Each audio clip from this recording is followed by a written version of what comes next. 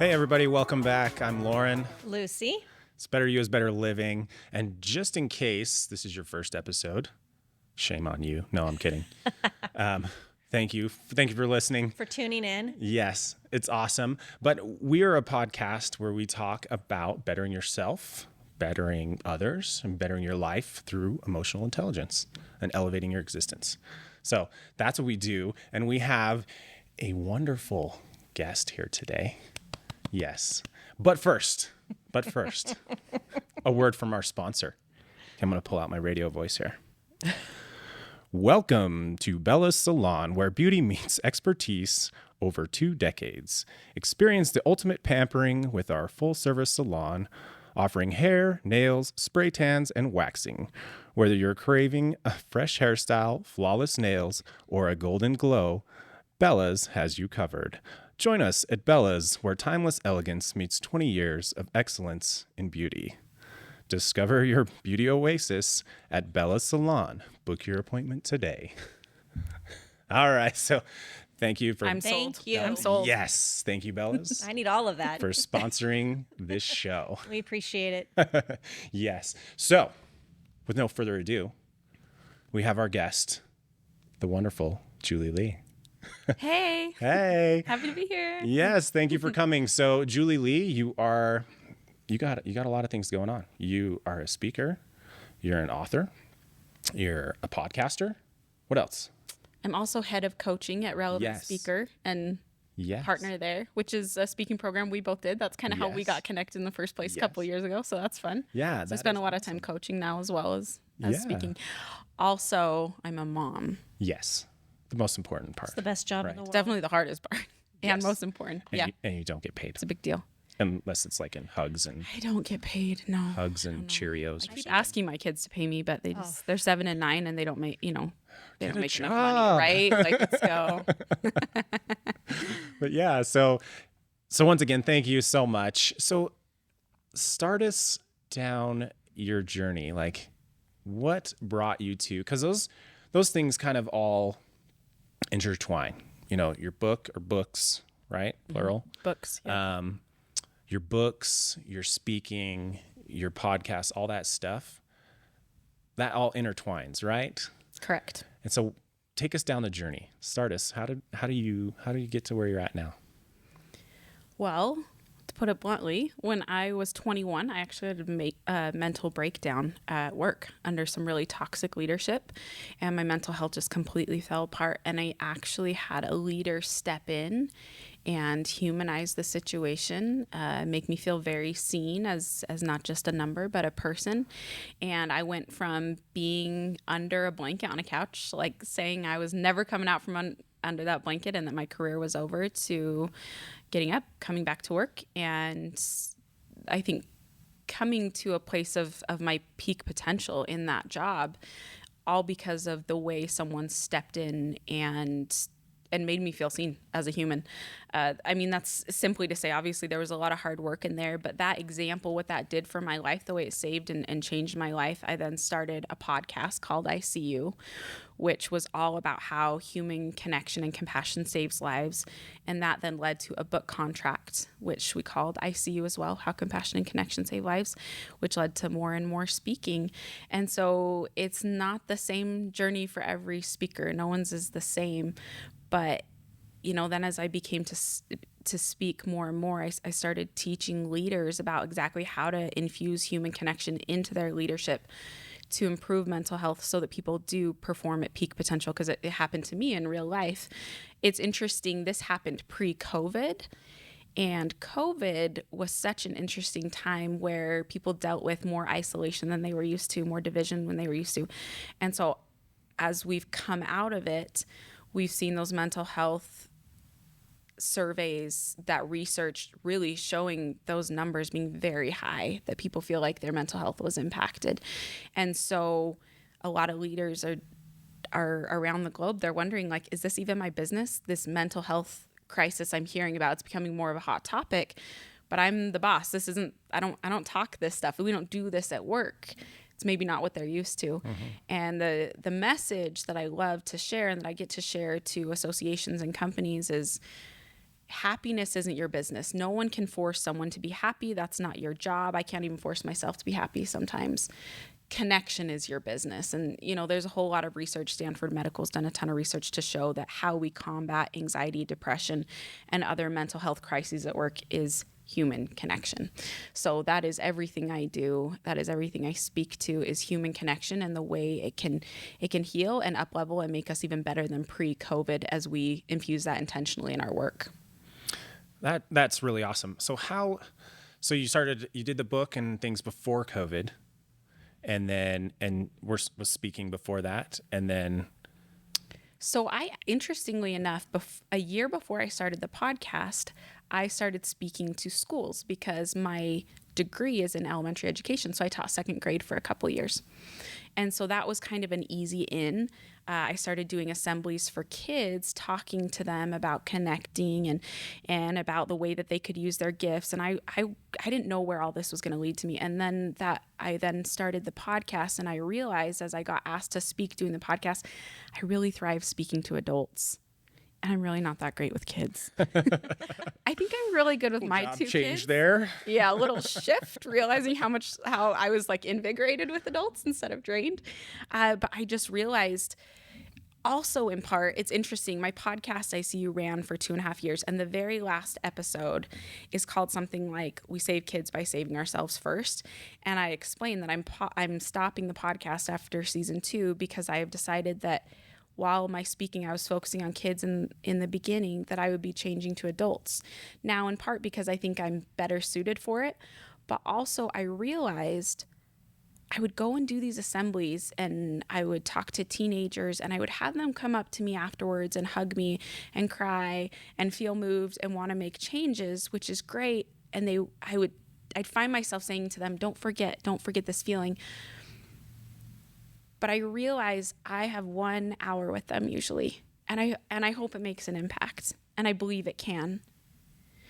There's plenty of studies that show kids need one consistent adult in their life to believe in them to thrive. That's what they need. And they can have so many that don't, but if they have one that is in their corner and consistent in their belief in them, that they can really perform. And I realized as a keynote speaker speaking to youth, if I really wanted to impact youth, who were the people that are consistently in their lives? The adults. The adults. Right. And so I really found a why and a purpose there of, I am still helping kids. I'm going to talk to the people that can actually make a really big consistent difference in their lives, especially when you look at the research. Yeah, that is awesome. That's a great observation. Yeah. Not dialing in, if you will, Right. your target audience, and Right. really focusing in. Yeah, that's awesome. So when you were speaking before and then after COVID, did you find your message more receptive?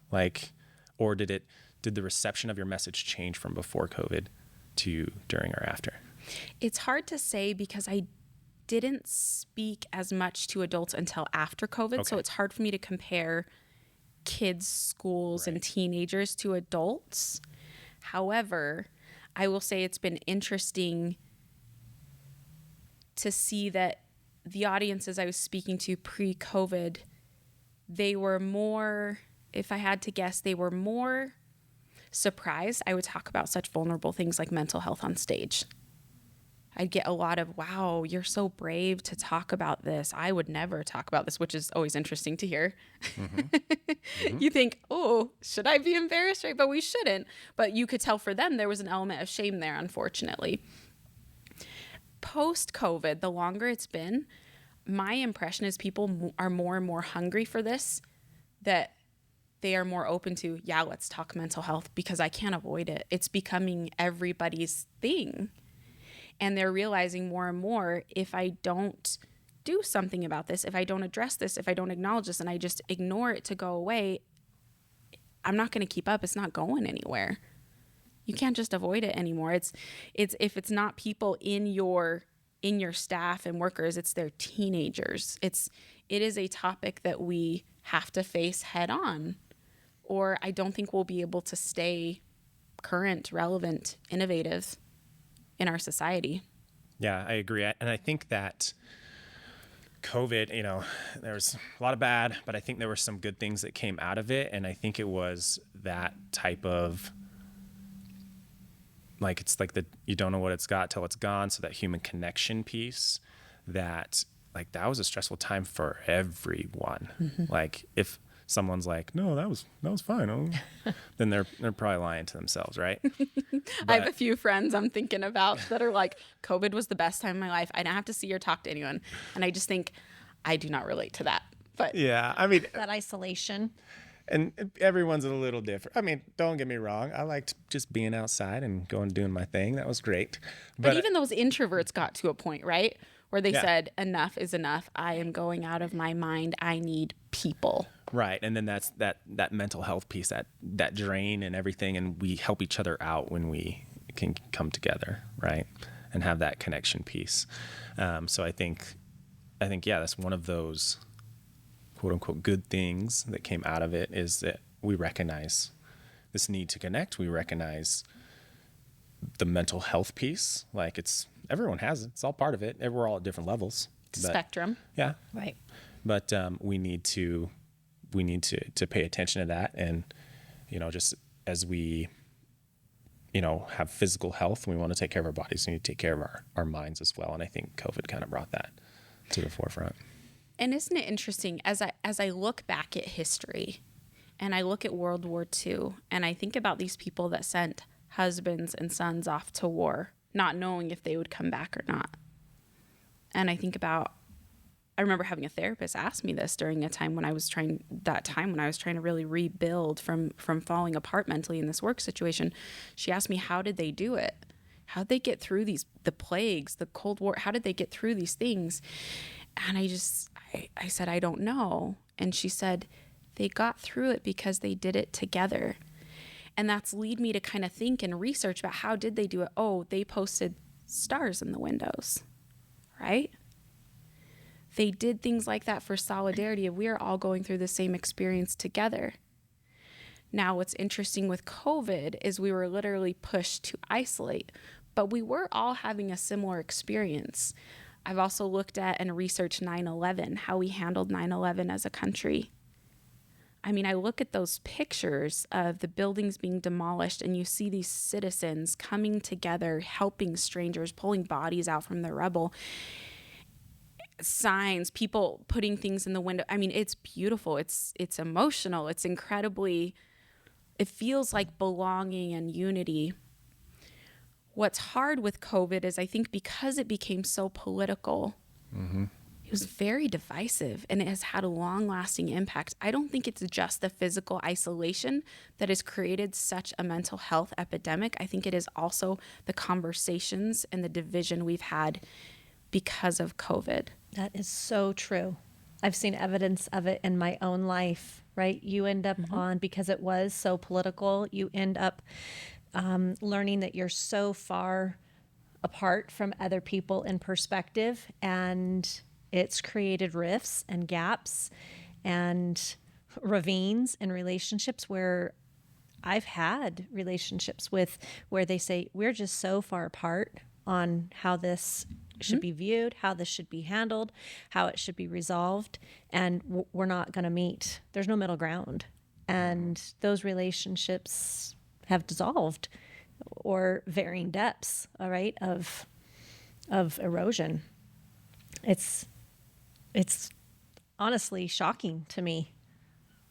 Well, and that's like, I mean, we have lots of those things in our lives, right? We do. Whether it's, disagreeing on something or having some event in your life, or, whether it's family stuff, financial stuff, right. Death. But people don't know how to navigate that. And people don't know how to navigate that, right? Right. So that's where Julie comes in. Yeah. So my question. She has the answer to everything. You're welcome. So my question for Julie is, with all of this and this division, and we're speaking about this big event, that happened worldwide, like how do we connect again? And we talk several different things using emotional intelligence, things like that. But what do you what do you tell someone that wants to have that human connection again? Yeah, in my keynote, The Connected Leader, I mean, I very specifically teach very applicable tools, and we practice doing them even within the speech, and especially if we do a breakout workshop after.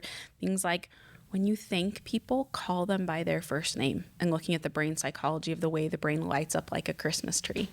I learned that teaching little kids, actually, interestingly enough. I learned that as I learned different learning styles for little children, and we're all just big little kids. We think we're Yes. pretty cool. Oh, I know I'm a kid. Lauren knows. Just we a we big think we're body. like pretty big and bad. We're all like these babies inside with like trauma and different things, right? And that's okay. This is our first time through life. This is first time being adults. But it works the same in our brains, being called by our first name. You call me Julie and I just light up, unless you're mad and calling me my full name right now. Don't call me Julie Elizabeth Lee. Okay. I was just like, Julie Lee, like that just rolls off Julie the tongue. Elizabeth Lee. I won't add the Elizabeth. Even then, I'm a little bit like, ooh, attention, if I'm being honest. Calling people by their first name. Another huge one we talk about is recognizing what I call perfect moments. And what it is, it's highlighting people's strengths at work if you get to it. Finding ways to recognize people publicly of good things that they're doing and privately in private conversations. People are so much more receptive to change and to innovation and things when they know they are doing some things right. One that I love to talk about because it's one, maybe of all the tools that I teach, that I see the biggest shift in the audience and in the conversations one-on-one that people bring up the most, is actually, if you want to create a culture of connection, which improves mental health and improves performance, which makes you more dollars, it is, as a leader, asking for help and modeling. That's a word? I was like, wait, is modeling a word? Nope, it's sure not, folks. Modeling. I'll say that tool Make again. one. As I'm like, the most important thing I have to say is modeling. Model. I've trademarked it. Thank you. No, but maybe one of the most, if not the most important tool I think I teach, at least as far as the impact I see in the audience, is modeling to ask for help as a leader, because what that teaches is this is a culture where we ask for help. We don't see that as a weakness here, because guess what? I, as an employee, do not relate to perfection because it doesn't exist. So even I was just thinking as I was washing my hands in the bathroom, I just remembered an experience where I was at work and there was an award given at the end of the year. We had this big celebration, and there were awards given for people that never missed a day of work, that didn't take a single vacation day. And that was really highlighted. And I just thought, how interesting. That's not my favorite. Mm-hmm. No. You never take vacation with your family. You are here to work every single day and never take time off. If as an employer, you're going to say to me, these are your vacation days, this is a yes, and you never do it as yourself, if you don't need help, if you don't need breaks, if you don't need rest, then there is some part of you that must in your mind see that as a weakness to do that. And there's some hypocrisy there. So I love talking to an audience and we talk about what that looks like to be hypocritical as a leader that way. And we don't mean to be. I don't think it's intentional. But when we say, yes, your mental health is a priority, yes, you should take these days, and then we don't model that it's okay, just like we don't model that it's okay to ask for help, that sends a very direct message to your people. Right. And it can be pretty toxic, right? It impacts trust. Oh, totally. Because all of us, it comes back to giving and receiving. You very often will be willing to give and help to me all day, but if you won't receive from me, if you never accept my help or have questions or anything, that's not a trusting relationship for me. I don't want to just be a taker. I want this to be a trusting relationship where this is a culture that we give and take, and that we see that as a strength, not a weakness at work. Yeah. I think that's really good. Like, I come from a military background where that's not always like a thing. There's a lot of toxicity. There was like a celebration around like not taking leave. And it'd be like, oh, I got 100 some odd days of leave. And it was like a badge of honor. And I'm like, I didn't buy into that. I was like, cool. I have like 5 because I took all my leave. Because I have a life. Thank you very Right? much. Right. But it was just, yeah, it was just kind of like that. It just brought that toxic feel and yeah, it just, a lot of modeling issues and stuff in the military. It's a lot of do as I say, not as I do kind of stuff. So very, very valid points. I love Thank you. So when you are speaking to businesses, and so it sounds like most of your audience would be people in leadership roles.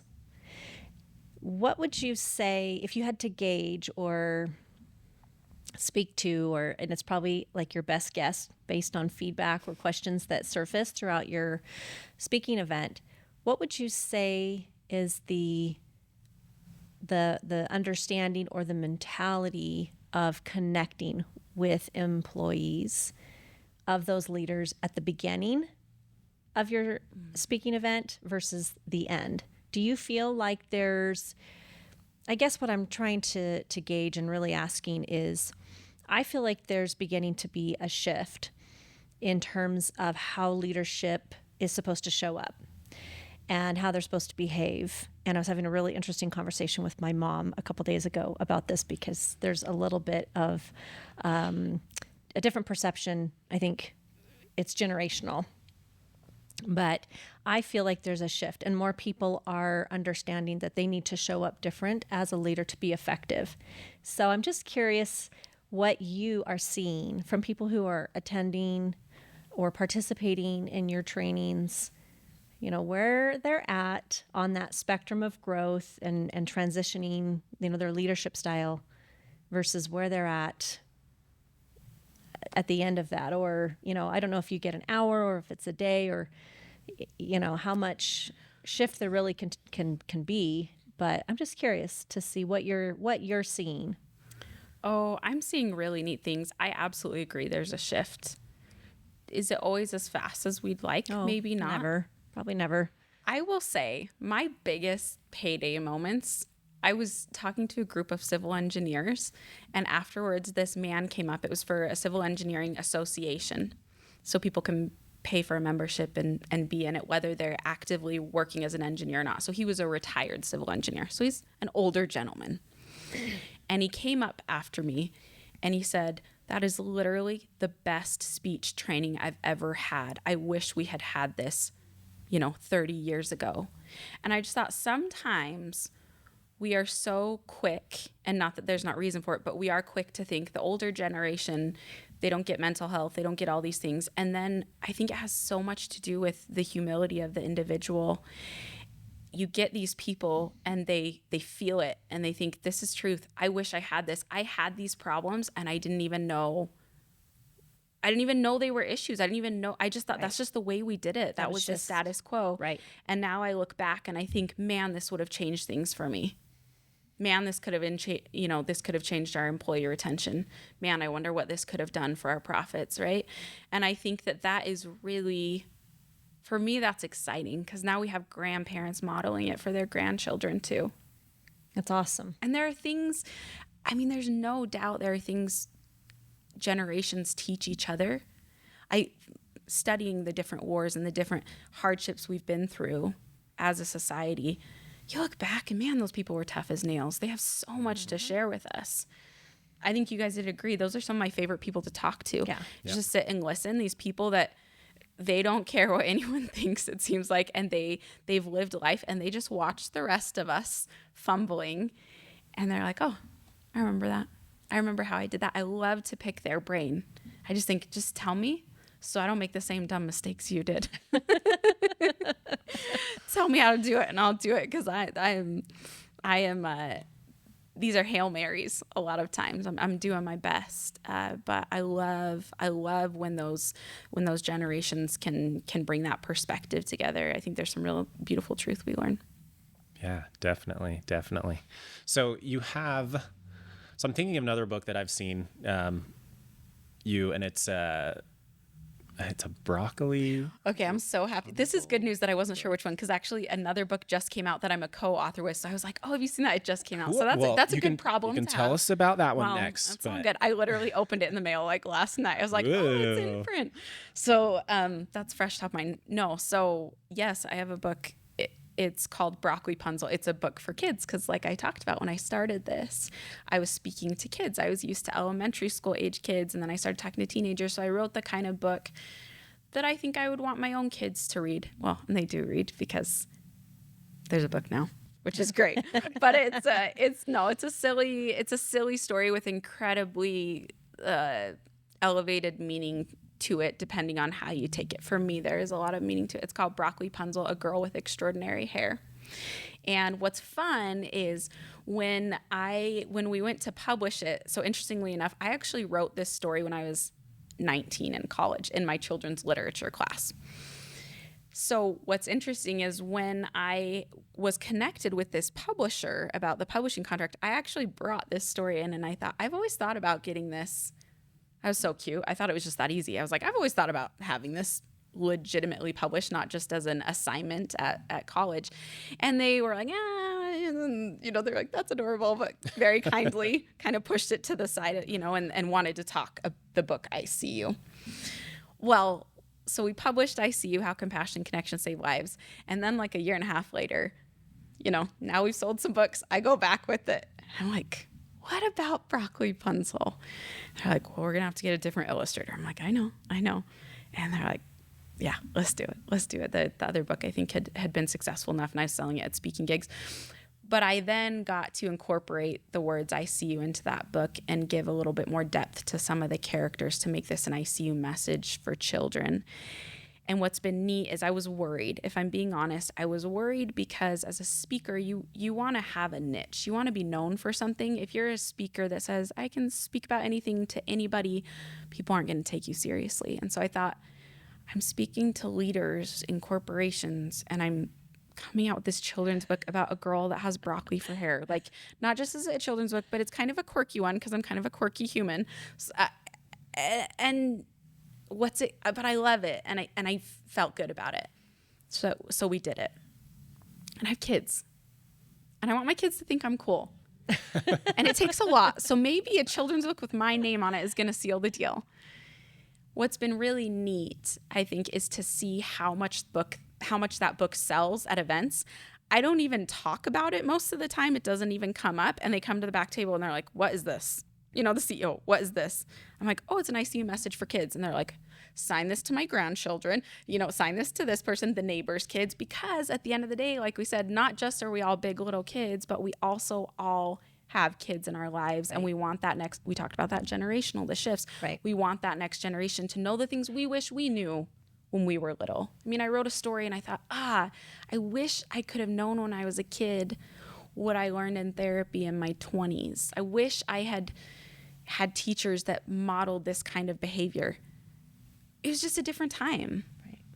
Right. And so I think the more that we can model that for our kids, we can teach that to the adults to model for their kids. I think overall, just every generation is just going to get better and better at that connection piece.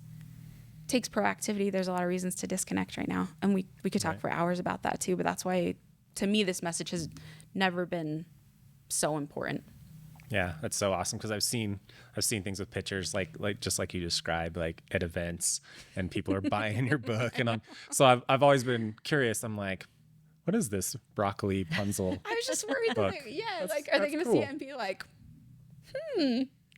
Julie Lee, that's interesting. I was like, well, let's just go with it. You're a woman of many talents. But it turns out it's neat because how I feel like this is a quote somewhere where they say, you see the best version of someone when they're around a baby, right? Like, I remember when I would hold my baby in line and there's this guy in front of me that looks super rough, all tatted up, tons of piercings. He'd turn around and he'd see my baby and he'd be like, hi, let's play patty cake. Oops, sorry, right? Like, he just like melts and you're like, oh, you're just a baby too, right?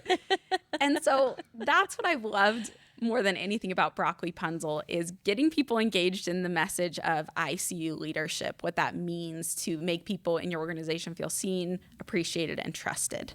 What does that look like? What are the tools for that? And then afterwards they come and they see this children's book too and see them be like, oh, I'm going to get that for my grandson. And then they tell me my daughter's having a baby next month and and you see even more of that human side. And so I really loved it. I think people crave it. And I think a lot of times when there is something, a concept that we tend to think is really geared towards adults, and we find some way to simplify it and influence even the youngest people in our lives, I think most of us are drawn to that. I know I would be. And I think if I'm being really transparent, there's a part of me that would look at that and say, this might really deepen my own understanding of some pieces of this that I'm still trying to perfect and improve upon. So I feel like there would probably be something that a takeaway even for me, right? Just to reaffirm the things that I value and that I'm striving for. So I can see the appeal. So just keeping it simple and kind of taking it down a few notches. It doesn't have to be complicated, right? Right. But I think that that's important. And if there are concepts that are new to you and you're trying to build upon those things, what a better way to start than something that really breaks it down and can appeal to, a ton of different people and a broader age group. So I'd probably buy both of them because I would assume after I finish Broccoli Rapunzel, I would be ready for ICU. And so I can see the appeal, and I think people are craving it. I think people are really craving it. They recognize that, there's a swell of the heart almost. That's how it feels to me when these types of things, these types of moments happen and exist.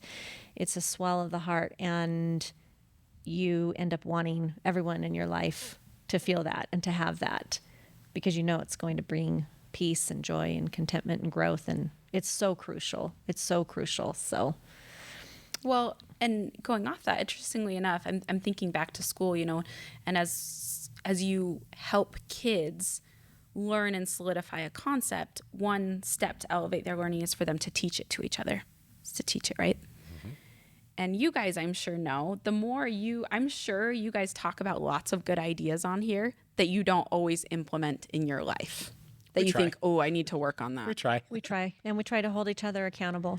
But it's cold just showers, right? Cold plunges. Julie has the floor. That's a conversation I'd like to hear about. No, but so we think about, why would a children's book be effective? Well, I read that book to my kids, and then I immediately am teaching them about what it really means. And have you ever felt that way? And think about this. And that really does a number to solidify that concept for me, because now I'm teaching it, not just to anyone, but to these people that I'm deeply invested in, that I would run in front of a train for, right? That this matters so much. That's of course going to be a reminder to me of, I believe this. I want to do this. I'm going to implement this in my life. Yeah, that is so good. So now that you let the cat out of the bag, new book. Yeah, totally different than what I speak about. It's about connection, but it's a book. It's a project that I was asked to participate in. It's called It Will All Be Worth It, or maybe it's All Worth It. I can't believe I just butchered the title. It's All Worth It, and it's specifically to a Christian audience. And I was asked if I would write a chapter of it. And so there's 19 of us, and the coolest part is that I'm chapter 1. I don't know how that happened, but this is why it's the coolest, is because everybody reads chapter 1 of a book, even if it's not good, which it is good. But no, even if it's not that, I'm like, everybody's going to read chapter 1. If I was 19, even though probably the best was saved for last, maybe we'll see to end it. But I was like, skip to the end. Yeah. Those guys. But chapter 1 and chapter 19, we probably get read, right? And so I was like, sweet, nailed it. But no, it's a powerful book, I think, for this generation and time. Awesome. Well, I'm excited. I'm excited to hear more and to look into that. That's good. Awesome. That's good. Yeah. So, sorry. Well, I just have a couple questions, actually, if I can Sorry, circle I'm all back questioned to. out. I don't You're answer all any more questioned out? questions. I know I have at taking least any more. two. I'm just kidding. So if we can circle back to your ICU, which is the theme that you use with your speaking events, and correct? It's called, my speaking business is called ICU Leadership. ICU leadership. Okay. So two questions. Well, actually, for sure one. So let me start with this one, and maybe this other one will be answered in the process. What advice would you offer anyone listening, or just maybe an employee is in a situation or a work environment where this type of leadership that we're trying to help people cultivate doesn't exist? What can an employee do? What can people do as an employee to help change the environment or to help influence that space? Because I actually read or heard something on Instagram a couple weeks ago that said that good leaders know that they're responsible for the environment. They tend to focus on the results, but good leaders understand that they are in charge of creating the environment, and that the people that that they work with, that they lead, will produce those results. So maybe you don't have the greatest leadership in your work environment right now, and so what things and advice would you offer those people? I've spoken to several audiences that are not the proclaimed leader at work, specifically a lot of clerks and secretaries that are kind of the face of the company and the interactions, but often will feel like, I love all this, it's great, my boss should be here, right? And unfortunately, I can't force your boss to be here. It has to do with who hires me. However, my advice to them, first of all, we talk about leadership as if that's just the CEOs. I love the word influence that you brought up, because we are all leaders to somebody. And as we talked about, giving and receiving and that reciprocal trust, we often lead out people that are above us.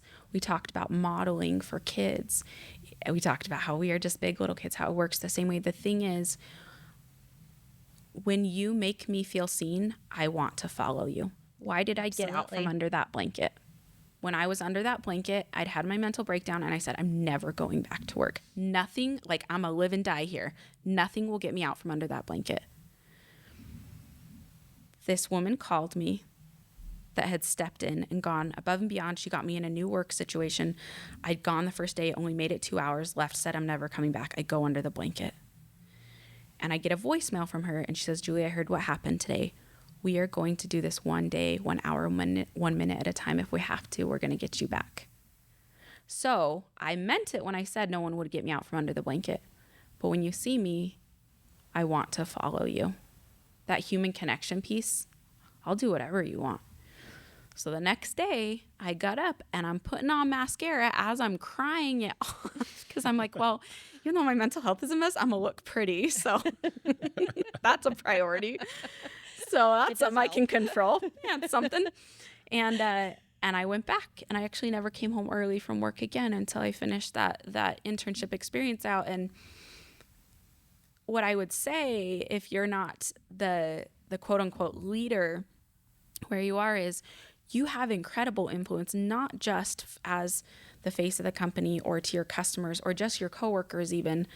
I have seen your actual leaders be very influenced by you modeling that behavior. Pride, Show up as the leader. yeah, and like pride and humility and all these characteristics, good and bad, we talk about, they are not for the CEO alone. They can exist in every role in the company. And as we choose to let things like a pandemic that created so much isolation, so much divisiveness, if we choose to let it make us softer instead of harder, we can lead a really intentional life and have quite a bit of influence. And I think there's a lot of hope to be had there. Yeah, I love totally that. agree. And it's a good reminder, because it is true, right? We do all have some influence in every environment, in every space that we're in. So it's important to remember that each of us needs to own that and think about, okay, how am I showing up? Yeah, because you never know. Like, you could have a coworker that's struggling with the exact same thing, and Right. like, I hate this place. Why am I here? Right. But then because you show up, you be the leader that's not there. Then, maybe that's why they stay, is because of you, or you inspire them to do something or whatever. And you never know. It could be years later, and they like run into you or whatever, and you're like, hey, I know, like, you were the reason why I stayed, or you made it bearable, or whatever, appreciate. And those are those moments where you're like, oh yeah, like, I did something good, or whatever. Yeah. The get the warm fuzzies going. But those are those moments when you, like, say, you can be a leader no matter where, and you are, whether you think someone's following or not, they're always watching. Yes. And they are going to follow you if you are showing out as a leader when they can't find one. So It's very true. yeah. Agreed. I have humanitarian on the mind a little bit because I have a speaking student at Relevant Speaker that she has a nonprofit in humanitarian, and we've been researching and talking about these famous humanitarians and the skills that they taught and how that can implement organizations. And so I think of Mother Teresa, and she has that quote, and I hope I don't slaughter it, but something about how I truly believe, nope, it's Anne Frank. Just kidding. It is not a humanitarian. You can cut that out if you want, or you can leave it. But just this idea that Human. It's all staying. We're doing live. it's human. Okay. Right. I'm all about human. There's no script over here. It's just That's for dang sure. It's just free will in it. Anne Frank, she said something like, I still believe that deep down, most people are good, right? After she's experienced such horrific things from the Nazis in Germany and her experience as a Jew. I think about that quote and what you just said. Sometimes we don't get these transactional results for our decisions to show up, to make people feel seen, to make them feel appreciated, to make them feel trusted. And we can wonder, why am I even doing this? Why am I putting in the effort? And I love how you talked about how sometimes we don't know in the moment, and then later down the road, something happens and we think, oh, I'm so glad I did that. And I think that's why values-based decision-making is so key, and not just immediate results decision-making. I may have just made up that term, but maybe it should be a term. No, it's an legit. immediate, It makes sense. right? Because if we just live like that, we are going to give up so much opportunity for long-lasting influence.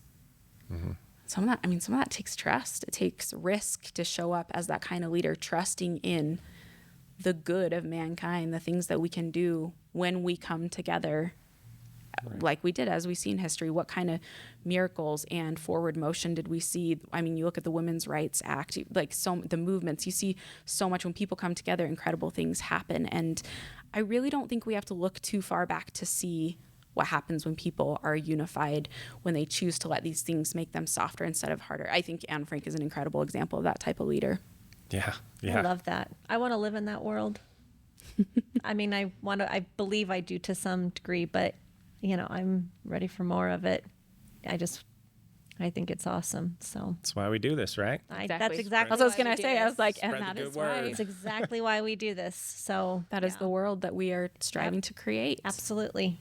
That we That's the can whole be, like, I mean, who believes this, that we can be better because of COVID about humanly connecting, and Yeah. because of the opportunity we have to constantly be distracted on our phones?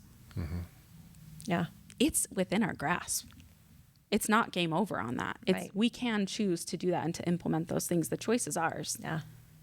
This is probably the first time I've ever had a fleck of gratitude for COVID. so Got to find the positive. So I and all appreciate that. negative. I'm on a kick lately where I remind myself I can choose gratitude, and sometimes it's a stretch. And the things that I'm thinking, okay, what am I grateful for in this? And I can usually find something, but I've had a couple moments where I'm thinking there just might not be anything. And COVID has been maybe one of those things. But I appreciate that perspective, because I do think that yeah, coming out of that, there's been so much light shed on so many different things. Yep. The research on gratitude is insane too. I mean, what that does in a great Gratitude organization is probably my favorite thing. Well, you look at like any religion, any really successful thought leader, you look at all these different organizations that are just killing it, and almost all of them teach an element of gratitude. The research around gratitude and what it does for our brain mapping is unreal. And that's why I always say gratitude begets momentum. Yeah. And you just said it spot on. Gratitude creates healing and movement. Yep. Yeah, it's so important. We need to talk about it again. Yeah, I was going to say, we had a good episode, so go back and listen to that one. Yeah, but we should talk about it again. We should definitely have There's a part so 2, much. 3, 4. Yeah, absolutely. Tell me Right. a little bit briefly just about the Relevant Speaking. Is that the company that you... Relevant speaker. Relevant Speaker. So can you explain a little bit about what you do there? And I better, or else I'm going to be in big trouble. all right. Like, I don't really know what we do. I'm head of coaching. It's fine. Fired. It's good. Fired immediately.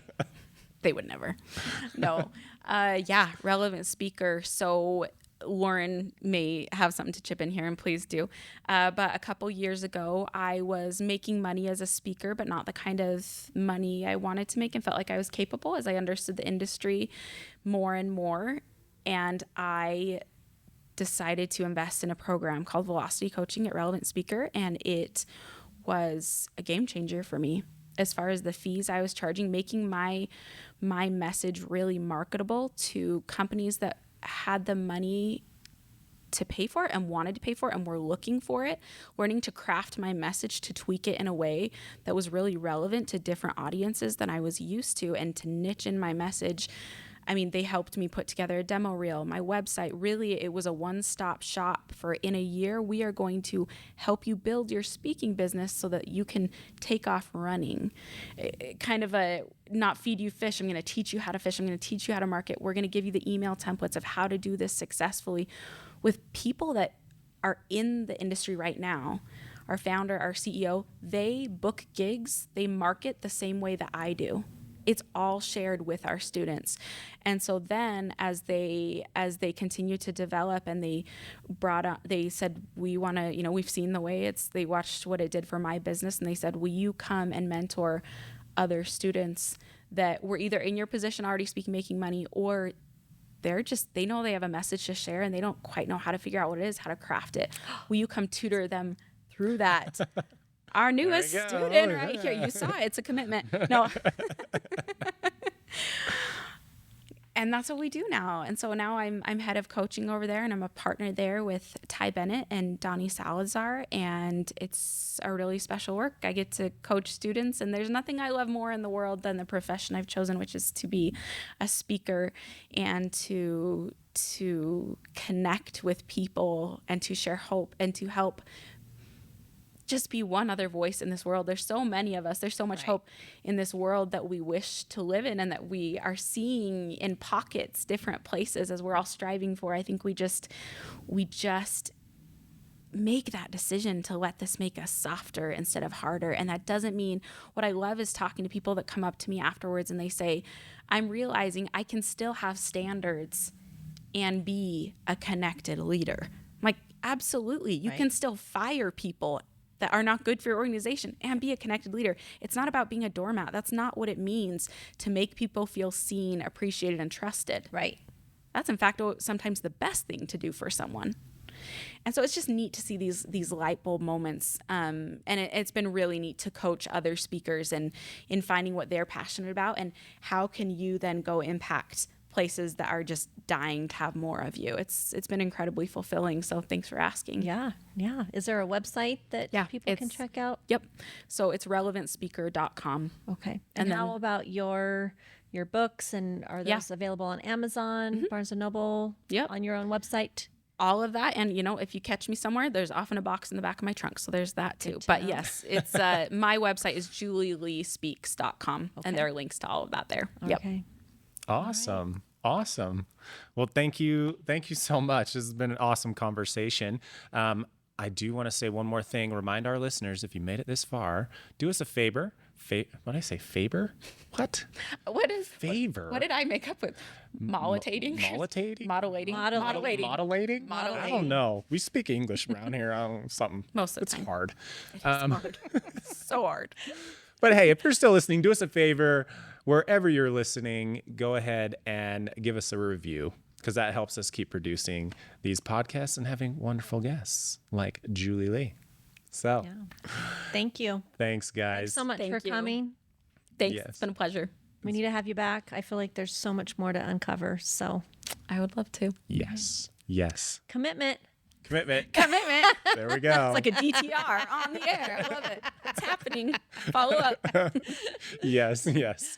Well, actually, before we completely wrap okay, up, okay. we do need an action item. Well, that's true. We do. We do. Yes. And can we call on you? Absolutely. What am I doing? A So- dance, song? What do you want? Well, we love to close each podcast with a call to action. And so if there's something that you think would be beneficial for our listeners to commit to doing to elevate their existence and improve the quality of their lives, is there something that you would love to invite our listeners to participate in? Yes, and it just came to mind, and I don't think I've ever said it on a podcast or in a speech. So we're going to go with it. But We're the it intertwines first. in with all We're of the it, and I first. feel it so strongly. When people compliment you, please respond and say thank you, period. I love that. And do not, for the love, say, oh no, but if you really knew me, da da da da da. That's nice of you to say, but da da da da. No, because once again, that goes back to the giving and receiving as, is it okay to receive? Is there weakness in just receiving and saying, thank you. I did work really hard. I That appreciate is you noticing that. Hard one. Say thank you, period, because you are modeling that it is okay. And it's actually not humility to put ourselves down. It's actually pride if we look into it. That's another podcast conversation. Oh, boy. But yes. say, when someone compliments you, say thank you. Don't say the word period. I'm just saying period, like shut up and stop talking. Thank you, period. Thank you, Got it. period. People are going to start saying that. And I'm like, oh, You know, Coin the I phrase. love that. And that was something that I forced myself to start doing just a couple of years ago. for you. Right. And I wouldn't say thank you and then period in my mind. I would say to myself, you say thank you and then you run away. And so that's what I would do. I would say thank you and I would run away. Just scurry away before I started self-deprecating or anything like that, because you're right. Interesting. You think it's a way of showing humility and elevating someone else by putting yourself down. If someone's paid me a compliment, then I need to self-deprecate so that they don't feel less than in some way. And it's And that word showing, you said the word showing. It's showing someone else. Are we being authentic? right. So yeah. So it wasn't thank you period for me. It was thank you and scurry away. Thank you, run. Thank you and run. And it took a couple months for it to stop feeling uncomfortable and awkward. But what I found is that you're really inviting everyone else to do the same. Thank you. Thank you. Period. You look so nice today. Thank you. Thank you. So do you. Thank you. Right? Now run away. I love Do it. men struggle with this as much? I know everything's not gender based, but is that a struggle for you? For Lauren, me to love say that beard.